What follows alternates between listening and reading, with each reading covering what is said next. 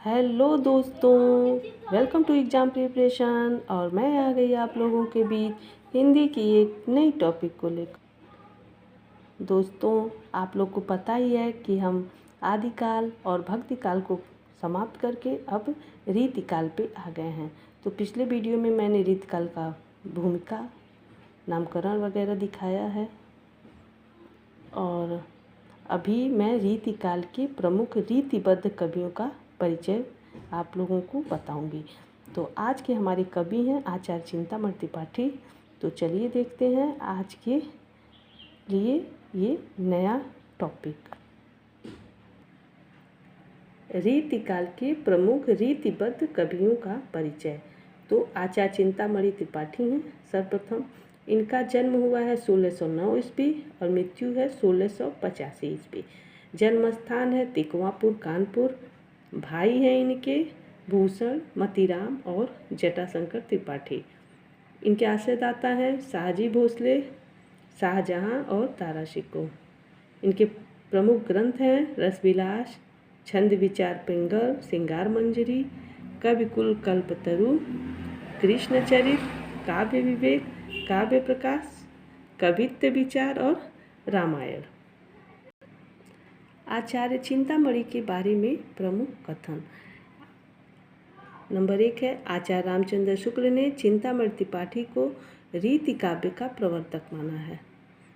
अगला है इनके बारे में शिव सिंह सरोज ने लिखा है कि ये बहुत दिन तक नागपुर में सूर्यवंशी भोसले मकरंद शाह के यहाँ रहे और उन्हीं के नाम पर यह छंद विचार नामक पिंगल का बहुत भारी ग्रंथ बनाया और काव्य विवेक, कविकुल कल्पतरु, काव्य प्रकाश, रामायण, ये 5 ग्रंथ इनके बनाए हुए हमारे पुस्तकालय में मौजूद हैं।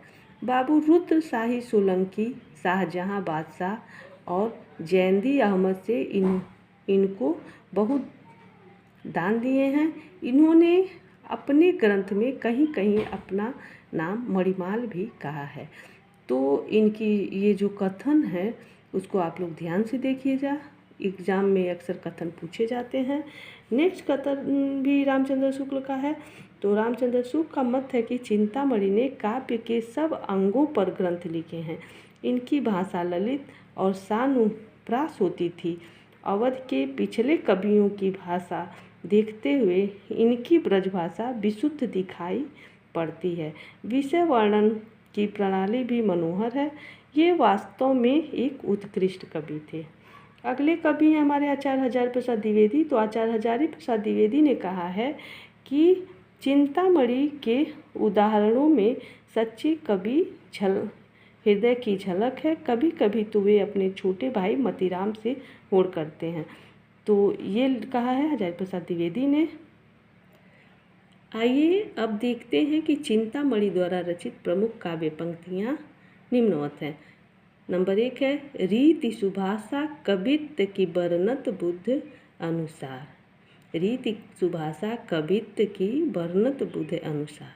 नंबर 2 है ये उघारत है जिन्हें जे परे मोह महोदधि के जल फेरे। अगला है एक आयु में कुंदन बेल लखी मणि मंदिर की रुचि वृंद भरे। अरविंद के पल्लव इंदु तहाँ अरविंद नते मकरंद झरे। अगला है आखिन मुंदिबे के मिल आन अचानक पीठ उरोज लगा में। कहूँ कहूँ मुस्काए छिते अगराए अनुपम अंग दिखाना।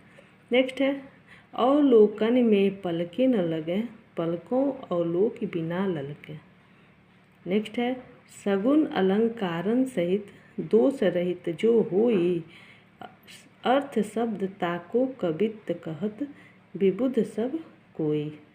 अगला है और अंतिम 7वां है तिय की बिहम सौ ही बिलोकन में मानी आनंद आखिन यों झलके।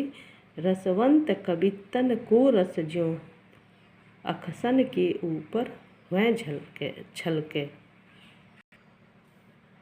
तो दोस्तों आज के लिए इतना ही।